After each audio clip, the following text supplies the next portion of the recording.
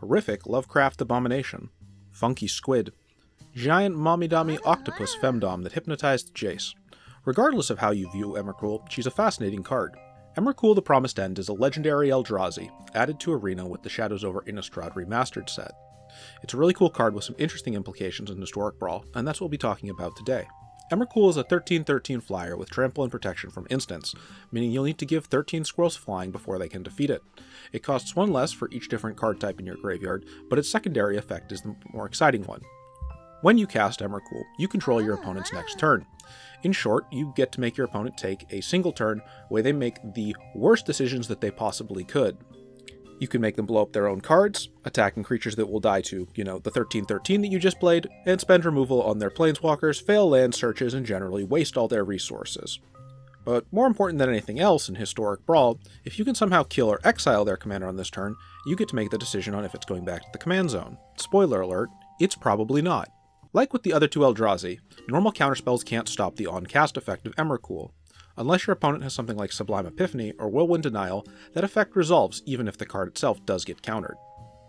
Since this is a Historic Brawl video, we'll be looking at Emrakul as a commander and then as a card in the 99. First, as a commander. Being colorless, Emrakul is heavily limited in what she can include in her list. Colorless in Arena only has access to 5 card types: land, sorcery, creature, artifact, planeswalker. Okay, yes, now it's 6 with battles, but it wasn't when I wrote this script.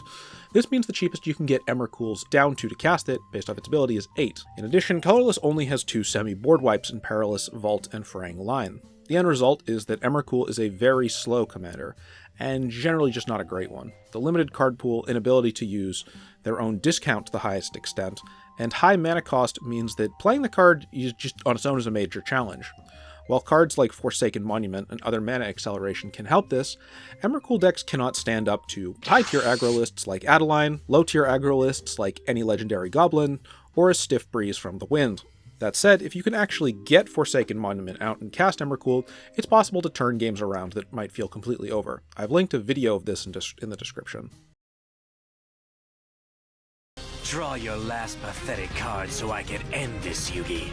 My grandpa's deck has no pathetic cards, Kaiba, but it does contain the unstoppable Emrakul. Ah! Impossible! Emrakul is a lot less auto-lose than the 99, though. Her cost and discount ability favor her being played into decks with a high variety of card types, mostly things like 5-color good stuff, or decks that can rush a heavy mana pool, and since she's colorless, you can include her in anything, much like Kozilek and Ulamog. In terms of competitive Historic Brawl, there's still some testing. Emrakul might be played in Atraxa, Jacob, and Acerec lists, and potentially Kethis, though this is pretty much completely speculation on my side at this point, given that there's been no CHB events post-Innistrad release. Ultimately, Emrakul is a late-game bomb or win condition capable of turning an entire game on its own. That said, her entire mana cost means that without some form of mana acceleration, or an aggressively controlling deck, it's likely the game will be over before there's even a chance to play her. Thanks for watching. Trying to draw Emrakul to look like an anime girl from a doujinshi was surprisingly hard. Let me know in the comments if my next video should involve more or less hot octopus women.